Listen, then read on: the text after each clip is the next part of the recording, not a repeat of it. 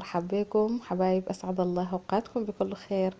مرحبا بكل المشتركين، مشرفيني ومنوريني دائما. المو مشتركين فضلا وليس أمرا اضغطوا على زر الاشتراك، والمشتركين الجدد نورتوني وشرفتوني. الليلة حابة أشارككم وصفة سهلة وبسيطة حتعملي أحلى وأجمل صينية سمك من غير فرم. قبل ما نبدأ نصلي على الحبيب عليه أفضل الصلاة وأتم التسليم. زي ما شايفين يا حبايب، عندي السمك حقي خلاص غسلته وجهزته عشان ما اطول عليكم الفيديو. فبعد ما غسلته وجهزته،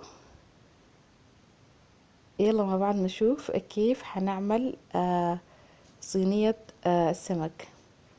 عندي هنا الحاجات اللي حعمل بيها صينية السمك. عندي بصل مقطعاه شرايح وبطاطس، وشايفة البطاطس لازم تقطعيه شرايح تكون رفيعة مرة عشان السمك يعني بيستوي سرعة. وعندي بصل وفلفل أخضر وفلفل رومي والجزر والطماطم وليمون.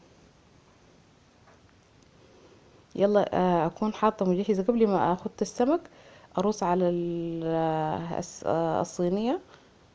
أحط عليها البصل أحط عليها البصل والبطاطس والفلفل، وبعدين أجي أحط السمك. جربوها مرة حتعجبكم، طريقة سهلة وبسيطة وحلوة، يعني كأنه عملتيه بالفرن. شايفين خلاص بعد ما حطيت السمك، يلا اجي باقي الحاجات اجي احطها فوق على السمك.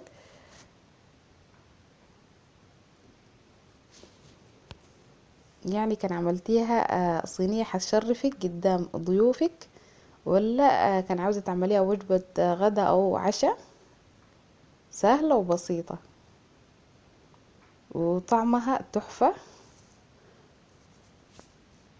يلا خلاص بعد ما خلاص جهزت كل الحاجات،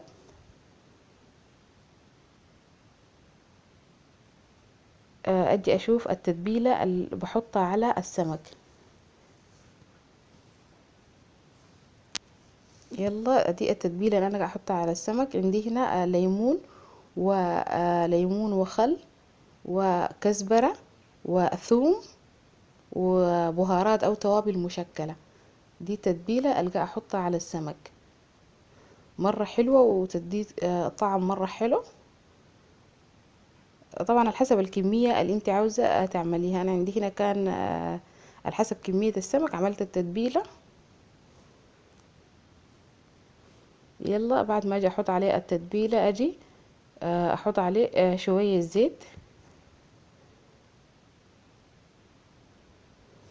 تحطي عليه شوية زيت، جربوها حتعجبكم الطريقة دي مرة حلوة.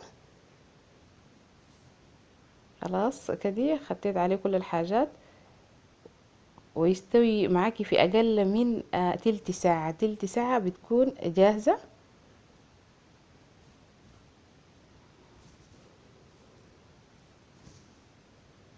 يلا خلاص شايفين يا حبايب، ده السمك خلاص بعد ما حطيته على النار.